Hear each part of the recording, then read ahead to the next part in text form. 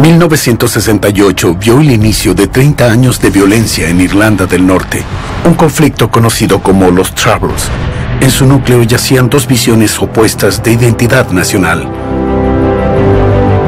Grupos paramilitares de ambos lados llevaron a cabo una campaña de terror que pasó de Irlanda del Norte a Gran Bretaña y más allá.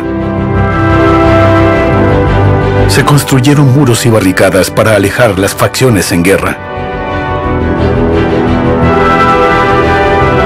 El Viernes Santo de 1998, un acuerdo histórico declaró el fin de los Troubles de Irlanda del Norte.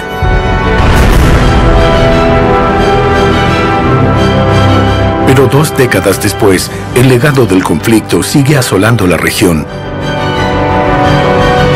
Y en algunas comunidades, la división y sospecha aún existen.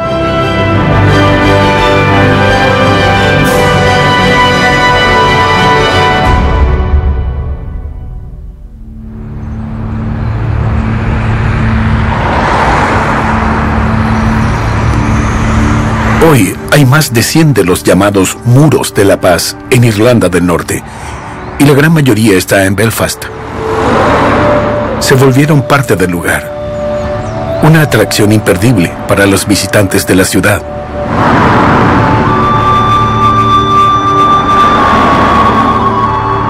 Las murallas marcaron la división entre los protestantes o unionistas y los católicos o nacionalistas, y también sirven como recordatorio de que aquí la paz es frágil.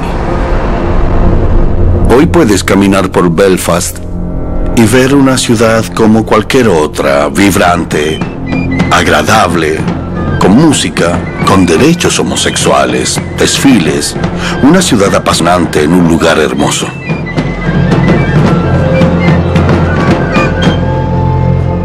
Pero si te arraigas en esas comunidades históricas de clase trabajadora, las divisiones políticas, económicas e ideológicas son tan fuertes hoy como en el pasado. Por lo que recuerdo, fue una infancia normal. La única diferencia es que al crecer me di cuenta de que estaba cerca de un muro y cerca de un conflicto. Estas casas fueron atacadas con bombas Molotov, bombas de pintura, pelotas de golf, pirotecnia, bombas caseras. Era incesante.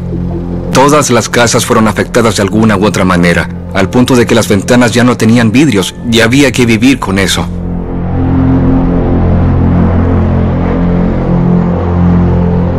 Tengo recuerdos muy felices de mi vida aquí, pero siempre sentí esa división. Antes de que se levantaran esas líneas de paz, ya había una división mental. Como es un área muy pequeña y cerrada, la mayoría de tus amigos y de tus relaciones estaban dentro de esa área, no salías de ella. Y eso aumentó obviamente cuando comenzó el conflicto debido al miedo. Teníamos que elegir entre la tumba o la prisión. Estábamos ahí, lo vivíamos. Combatir el fuego con más fuego. ¿Me entienden? Si van a lastimarme, yo los lastimaré a ellos. Cuando pienso en eso ahora,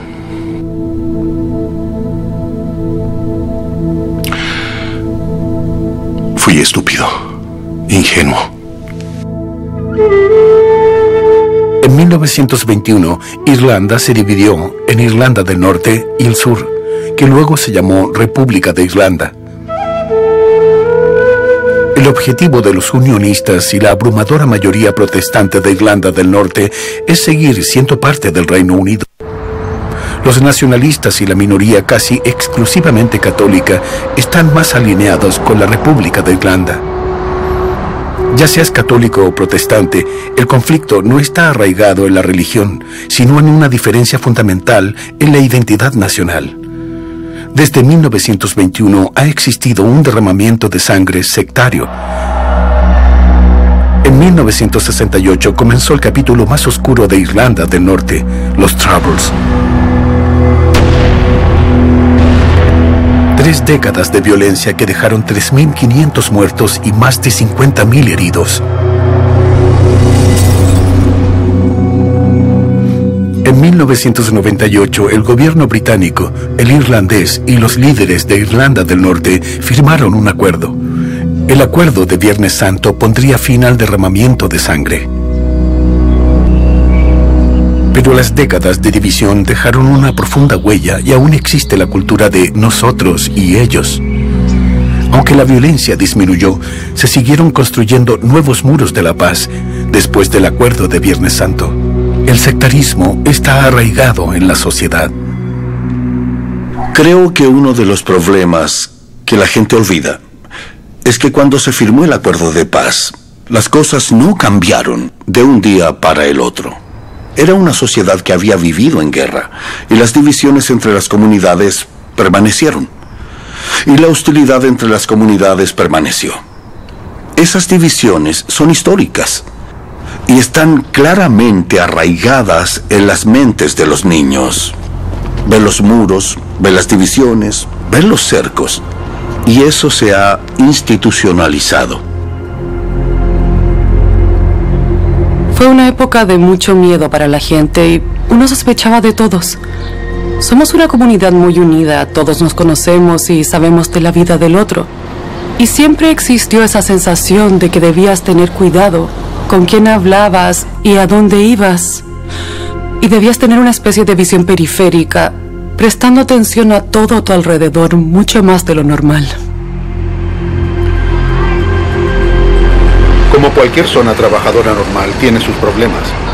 Hay mucho desempleo en esta zona. Así que a los 16 años te preguntas, ¿qué hago? ¿Me meto en política o dejo que la situación empeore?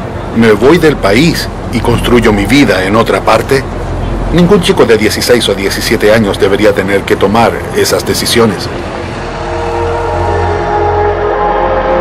En octubre de 1968, Irlanda del Norte fue testigo de choques violentos entre la policía y manifestantes que pedían terminar con la discriminación contra los católicos irlandeses. Para muchos, esto marcó el comienzo de los Troubles. Hubo tiroteos y se incendian muchos hogares y negocios. Aquí, a la sombra del monasterio Clonard en Belfast, unionistas sectarios incendiaron los hogares de 1.500 residentes católicos de la calle Bombay. No podía creer lo que estaba pasando. Veía casas, hogares de personas totalmente quemados. ¿Qué diablos está pasando aquí? Estaba aterrado, realmente aterrado. A un amigo de 15 años lo mataron de un tiro. Luego del infierno, los grupos paramilitares resurgieron en ambos bandos y el IRA encontró terreno fértil en las cenizas de la calle Bombay.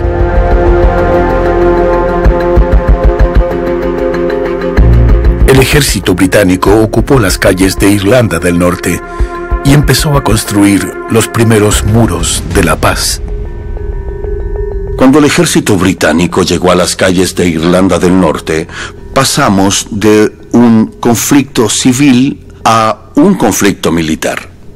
Eso empeoró las cosas y llevó a las 3 décadas siguientes de guerra. Recuerdo que iba a Inglaterra cuando era joven. Tenía una tía que vivía en Liverpool. Y veía a la policía. Y la policía no tenía armas. Y yo pensaba, ¿cómo pueden mantener la paz sin armas? ¿Entiendes?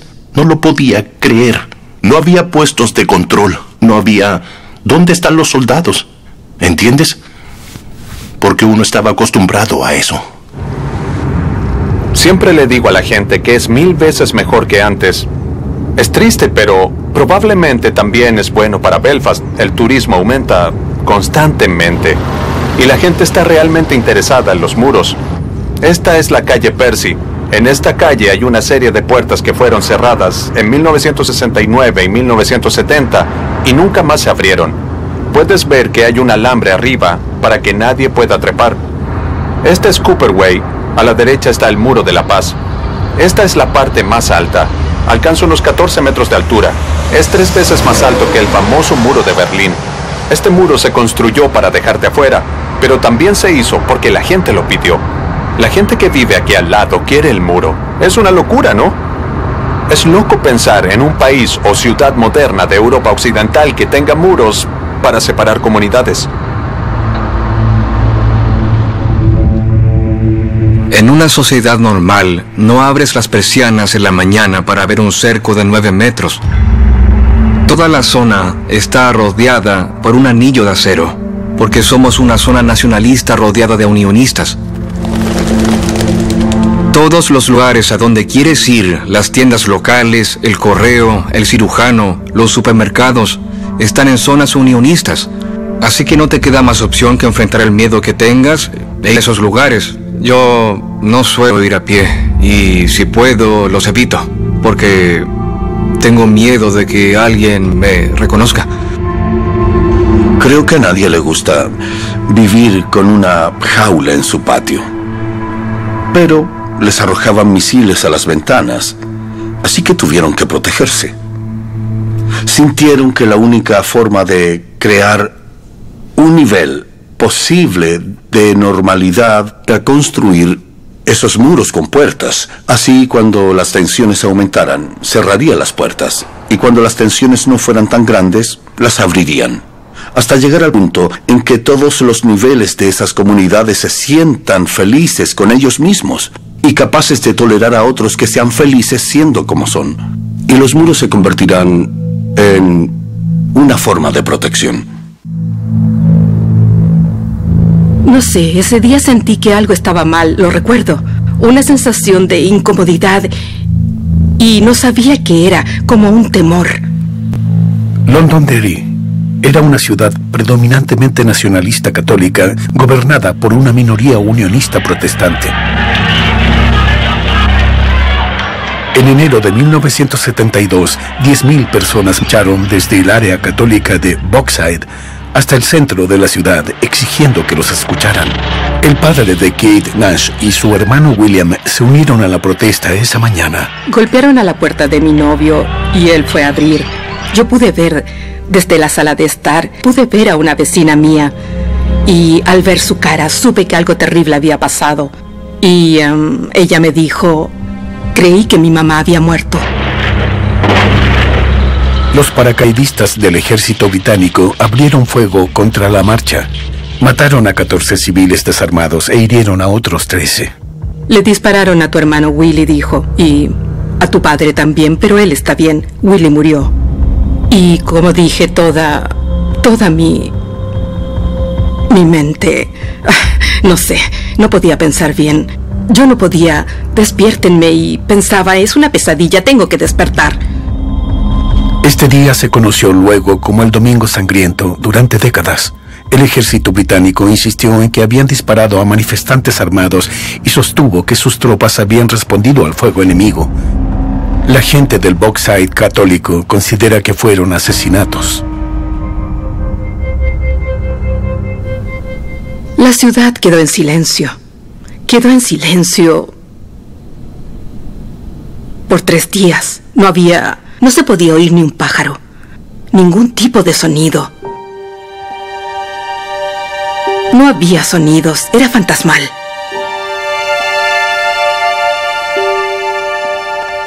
Pero había miles y miles de personas allí.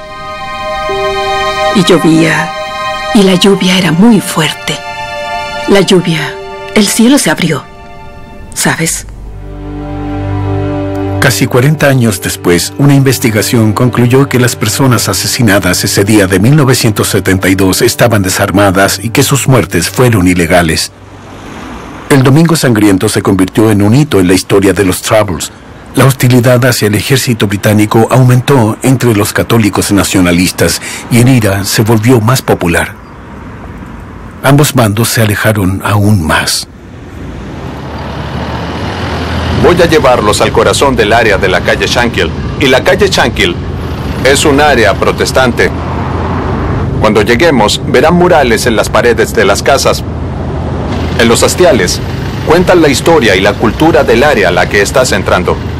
Algunas de las personas que ven en las paredes son ex-paramilitares que murieron, pero son héroes para la gente de esta zona. Hay que recordar que el que para uno es un terrorista, para otro es un héroe. O un luchador por la libertad. Por aquí pueden ver esa placa en la pared. Dice UYM, las siglas de los jóvenes militantes del Ulster. Un día escuché una explicación sobre esos tipos y me pareció la mejor explicación que haya oído. Son como los Boy Scouts de los paramilitares protestantes, la generación joven. Si tenías menos de 18 años, querías unirte a esos paramilitares. Eras un joven militante del Ulster. Al alejarte de ellos en auto, te siguen apuntando con un arma. El apodo que les pusimos es las Mona Lisas de Jekyll. Como ven, nos apuntan con un arma. No importa dónde te pares, siempre apuntan el arma hacia ti.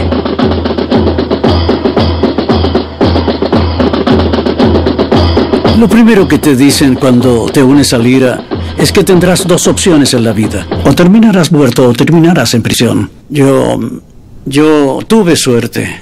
De esas dos opciones, aún a la edad de 17 o 18 años, muchos de mis amigos murieron en servicio. Y todos los de mi generación querían unirse al IRA. Ahora que lo pienso, del equipo de fútbol en el que jugaba en esa época, en mi equipo de fútbol, de los 13 que éramos, 11 terminaron uniéndose al IRA enseguida. Todos querían ser parte de eso. Las organizaciones paramilitares reclutaron a jóvenes de ambos lados del conflicto.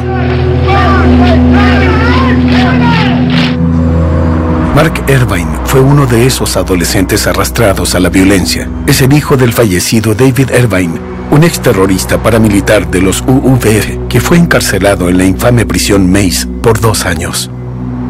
Creo que fue la primera vez que comprendí las implicancias de tener un familiar que era un excombatiente y un exprisionero.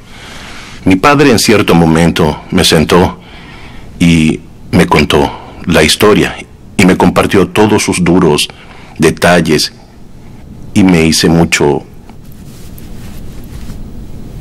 más militante en mi ideología de lo que era antes, porque pude ver que estaba amenazado, que mi familia estaba amenazada y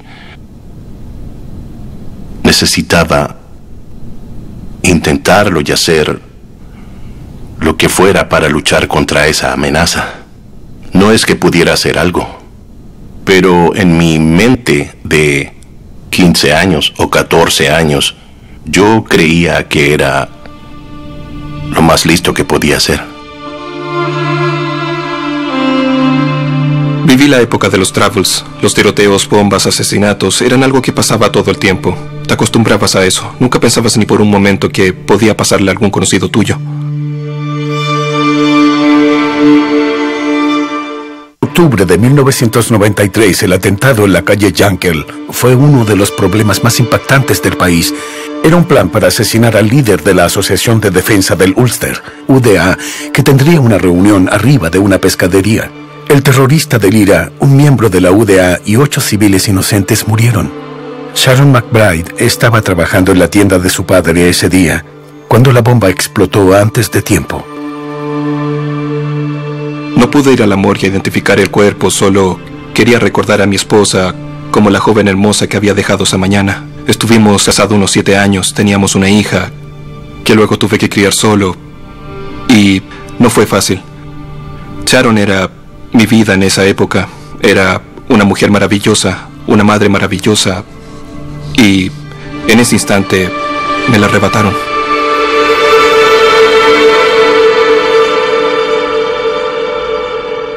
Obviamente estaba muy enojado y tenía mucho que pensar sobre qué hacer con esa rabia. Nunca fui una persona violenta, así que no iba a salir a buscar venganza.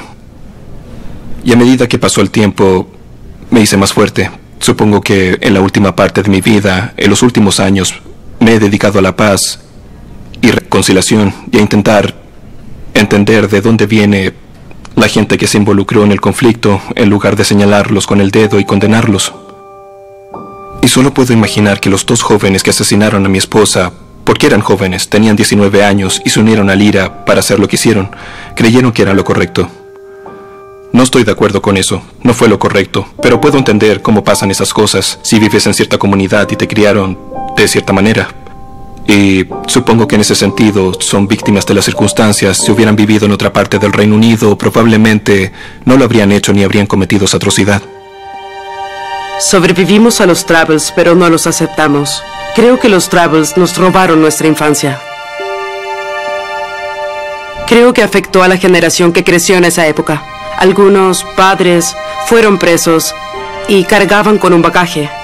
Y eso les afectó, y a sus hijos también. Y creo que algunos niños hoy aún viven esas consecuencias. Sus padres sienten resentimiento, aún están amargados, aún quieren combatir, y es difícil cambiar su forma de pensar. Pero los que sufren son los niños. Cuando estás en eso, lo estás viviendo. Y es recién más tarde.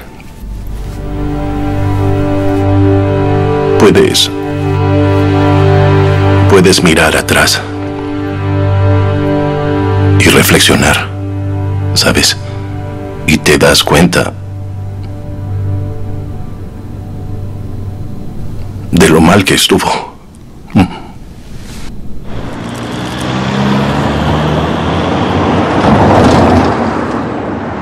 Al conducir por las zonas de clase trabajadora de Belfast, es difícil escapar del legado de los Troubles. Las paredes de las casas son un telar para cientos de murales que promueven creencias sectarias. Los niños juegan frente a obras de arte callejero con una fuerte carga política que conmemora la violencia y el derramamiento de sangre. Cuando miras un mural que tiene a la parca caminando y está frente a una escuela primaria, ¿sabes cuál es el mensaje que ven los niños todos los días? Cuando hablamos de paramilitares, la gente suele pensar que hablamos de los republicanos irlandeses, de las comunidades católicas. No hablo de eso. Hablo de todas las experiencias paramilitares de todas las comunidades.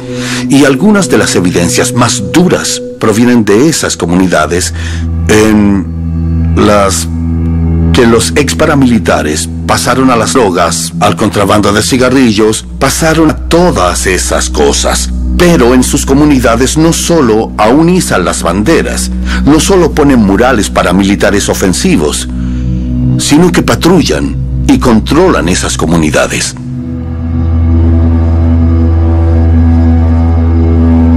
Tras el fin de los Troubles, los grupos paramilitares aún prosperan en las zonas desfavorecidas de Irlanda del Norte, en especial entre los jóvenes vulnerables. Janice Beggs, una trabajadora comunitaria de la zona de la calle Yankel, ve el impacto que tiene la división en sus comunidades. Los jóvenes se sienten impotentes, no consiguen trabajo, tienen un nivel educativo muy pobre.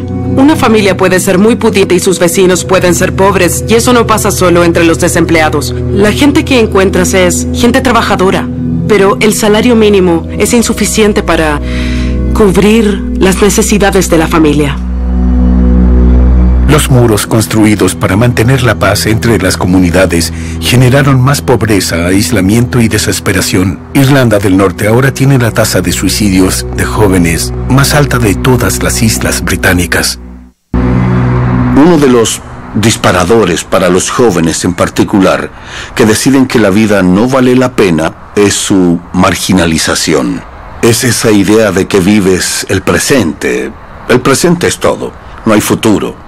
No hay felicidad, pero la relación entre las drogas y la marginalización económica es tóxica. Y esa toxicidad se refleja no como la gente esperaría, en violencia y altos niveles de crímenes, nada de eso, sino que cuando cometes un crimen para descargarte o para comprar drogas, te mueves hacia allá. Cuando estás totalmente desesperado y la sociedad en la que vives no te ofrece nada. No importa cuánto ames a tu mamá y tu papá, a tu familia. Y leí algunas de las notas de suicidio. Vas hacia aquí, vas hacia adentro y no hacia afuera. La ira se convierte en desesperación y la desesperación lleva a muchos jóvenes a sentir que no pueden continuar. No conozco las estadísticas, pero lo vimos en la comunidad. Tres de nuestros jóvenes perdieron la vida. Lo siento.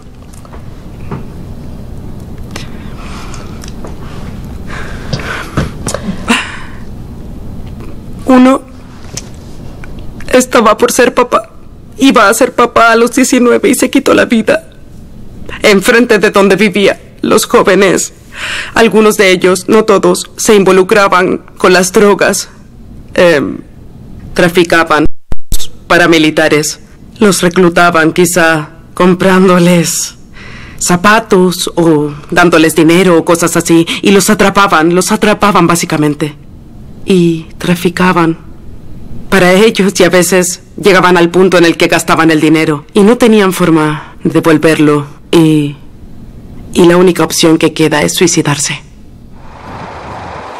Durante casi 10 años, Janice ha dirigido un centro intercomunitario juvenil. Quiere ofrecer una alternativa a los jóvenes, una oportunidad para socializar y sentirse seguros.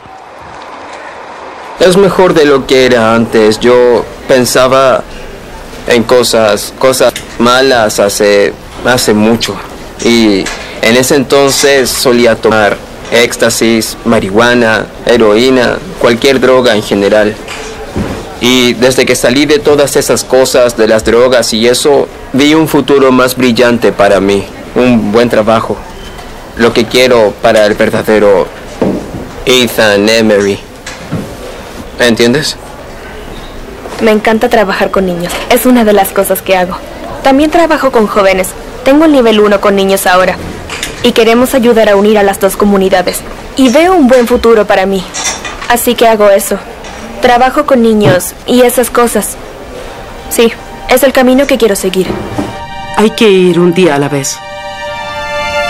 Es la comunidad en la que crecí. Es muy difícil. Toda mi vida tuve problemas aquí. Le rezaba a Dios cuando era niña. ¿Por qué en estas calles? ¿Por qué estoy aquí? Pero esta es mi misión. Es difícil y debemos tener esperanza. Debemos creer que hay algo mejor de lo que vivimos cuando éramos niños. Mi hijo se suicidó. Tenía 14 años, se colgó. Así que tengo la experiencia en esa epidemia. Parece que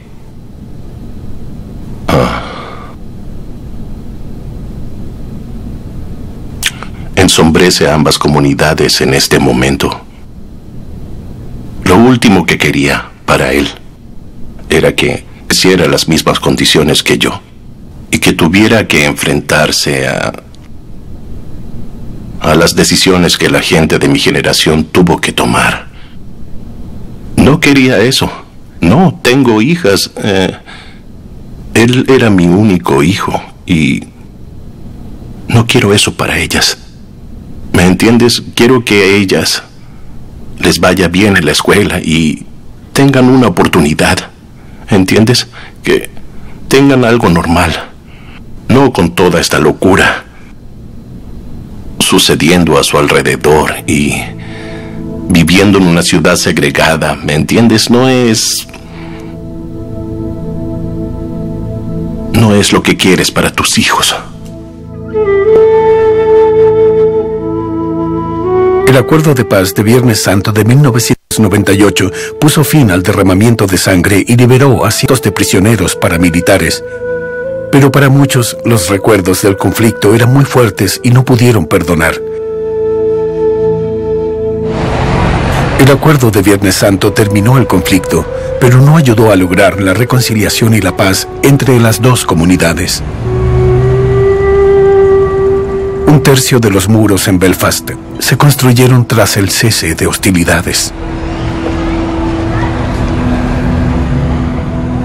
Estábamos viviendo una época de paz, así que las cosas debían estar mejorando para nosotros en el norte de Belfast y para nuestros niños. Y luego pasó esto, y fue un hecho totalmente inesperado. Las dos hijas de Eileen Burns eran alumnas de la escuela primaria católica para niñas Holy Cross en Ardoyne, al norte de Belfast, una de las zonas más desfavorecidas de Irlanda del Norte. En 2001, la minoría protestante unionista hizo un piquete en la escuela diciendo que los católicos atacaban sus hogares y les negaban el acceso a las instituciones. Semana tras semana, cientos de manifestantes intentaron impedir que los estudiantes y sus padres fueran a la escuela pasando por su área. Las niñas fueron víctimas de abuso sectario y de ataques con piedras, ladrillos, pirotecnia y globos llenos de orina. Las escenas llegaron a los titulares del mundo.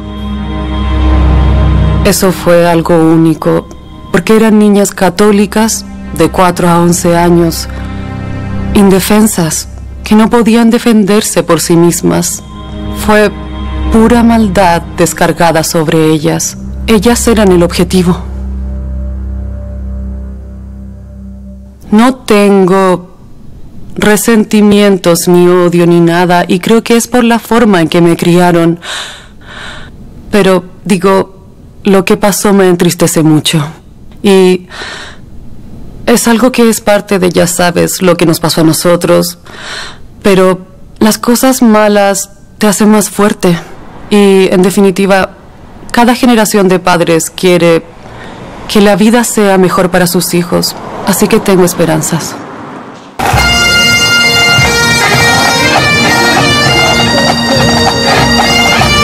El día de San Patricio.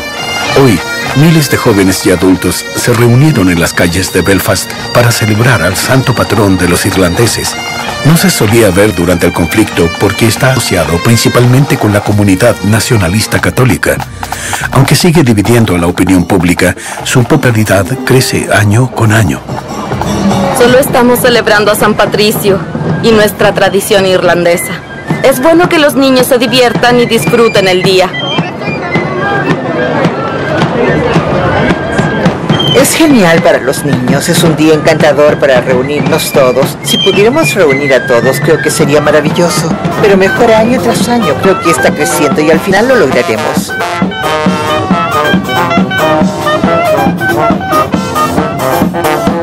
Creo que el día de San Patricio es un día para todos. No creo que necesites llevar ningún tipo de bandera. Creo que debería ser. Los desfiles son para que los disfruten todos, los jóvenes, los adultos. Todos, es como una salida familiar para todos, es lindo.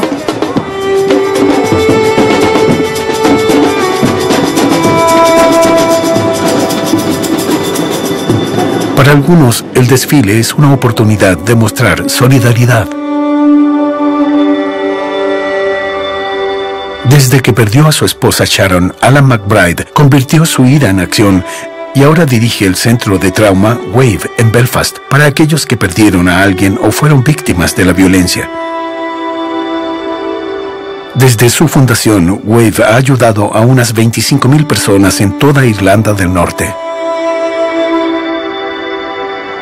Ahora estoy trabajando con un grupo de heridos que son personas increíbles, activistas increíbles.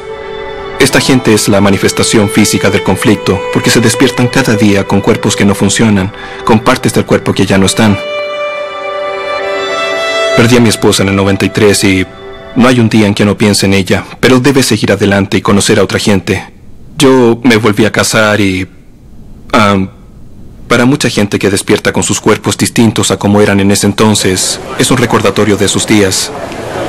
Para ellos, a veces el dolor es muy profundo, la desconfianza es muy fuerte. Creo que el trabajo intercomunitario es algo que está pasando aquí en diferentes niveles. Creo que el arte es un gran demoledor de barreras y rompe el hielo. Lo que hacemos es intentar usarlo para los niños de cualquier contexto.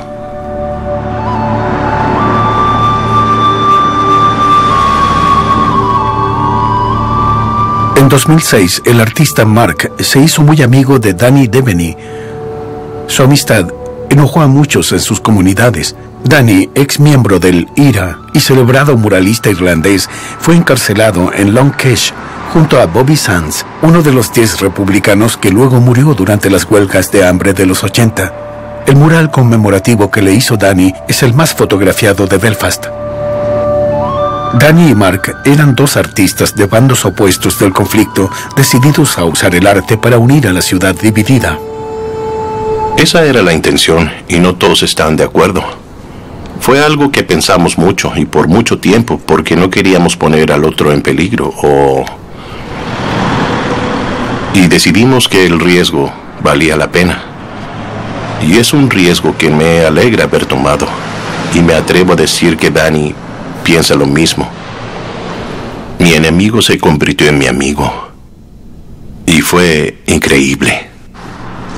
El sectarismo para nosotros es algo vil que se usaba para separar a la gente. Es una de las cosas más malvadas que cualquier sociedad pueda tener.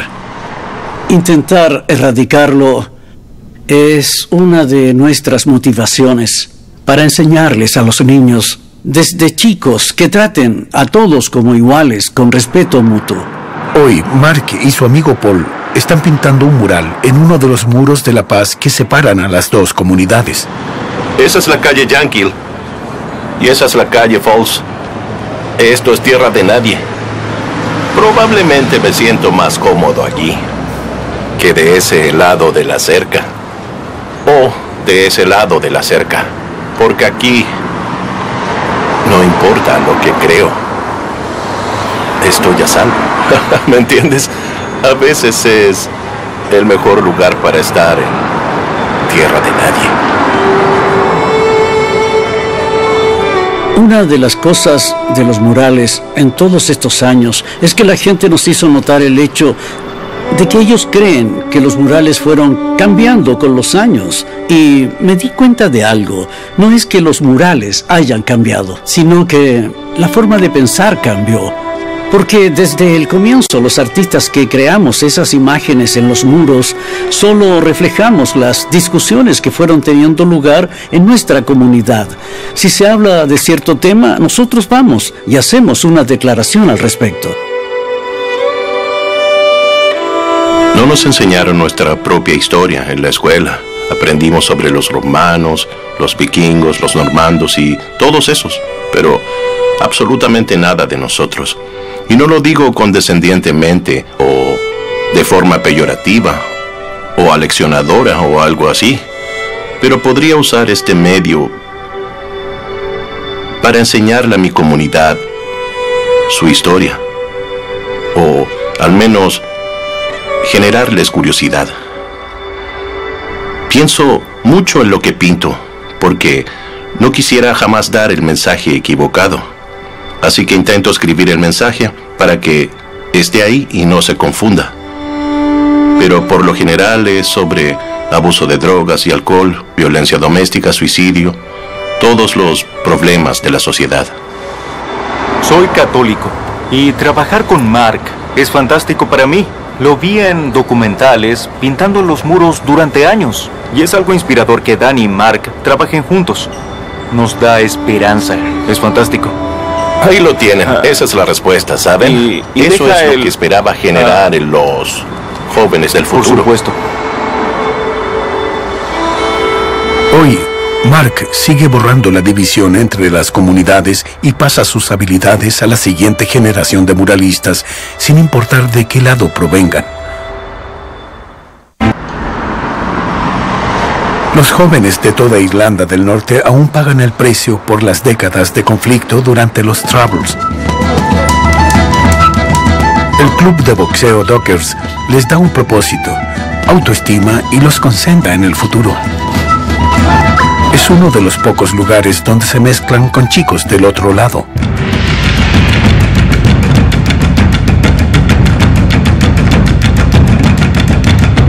Empecé cuando tenía 7 años y era la forma de, ya sabes, mantenerme ocupado. Es bueno para ser amigos. Obviamente boxeamos por todo el mundo, pero aquí hay muchos viajes por el norte y sur del país. Así que conoces a mucha gente nueva. Es algo que une a las comunidades y te permite ser amigos, sin importar de qué contexto vengas o de dónde seas. Es bueno en ese sentido. Con esto sacamos a los chicos de la calle, pero al mismo tiempo los ayuda con su disciplina y aprenden a respetar al otro. Creo que mezclarlos unos con otros es bueno para enseñarles a ser humildes, así que sí diría que ayuda a sacarlos de la calle. Yo era muy callado y no hablaba con nadie, pero desde que vengo aquí siento más confianza en mí. Y hablo con más gente. Intento encajar entre ellos. Hice muchos amigos que eran personas que nunca había visto. Y al venir aquí todos me recibieron muy bien. Y me hacen sentir parte de la familia. Y si estás triste, todos se acercan para ver si estás bien. Ese tipo de cosas. Me siento muy orgulloso de mí mismo por venir aquí y trabajar realmente duro y me siento muy bien. Me pone en forma. Obviamente me gustaría ser profesional. Soñar no cuesta nada. Es algo recurrente cuando piensas el progreso de tus hijos y quieres hacer lo mejor para ellos. La clave principal es la escuela integrada. Empezar bien desde abajo, desde pequeños cuando los niños no conocen la diferencia. Y eso acabaría con todo. Si les enseñas en la misa de la escuela que todos somos iguales, sugeriría que hicieran eso antes que cualquier otra cosa.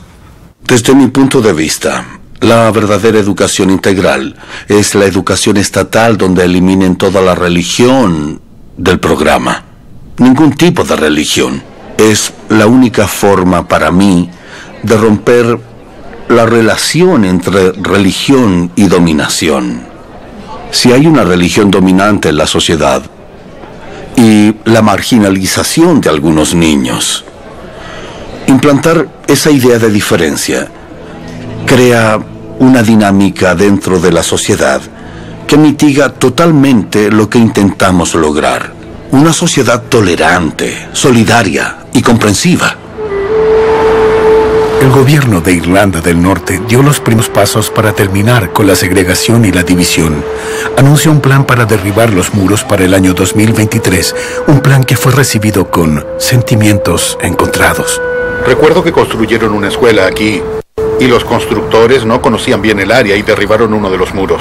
Cientos de personas salieron a la calle diciendo vuelvan a construirlo. Es esa falsa sensación de que necesitamos seguridad ahí. Está en la mente de la gente, pasó por generaciones.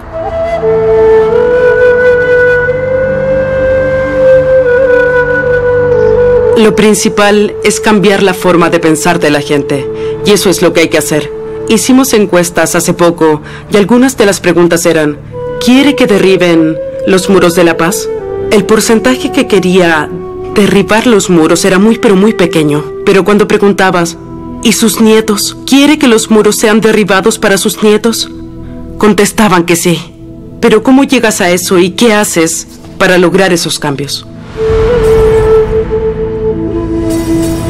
Necesitas alcanzar un punto de madurez para poder entender y poder reflexionar sobre tus propias acciones. Y ser crítico con ellas, ya sabes, debes poder hacerte responsable por tu papel en lo que sea que haya pasado. Y creo que solo haciendo eso puedes ver la gravedad de lo que pasó.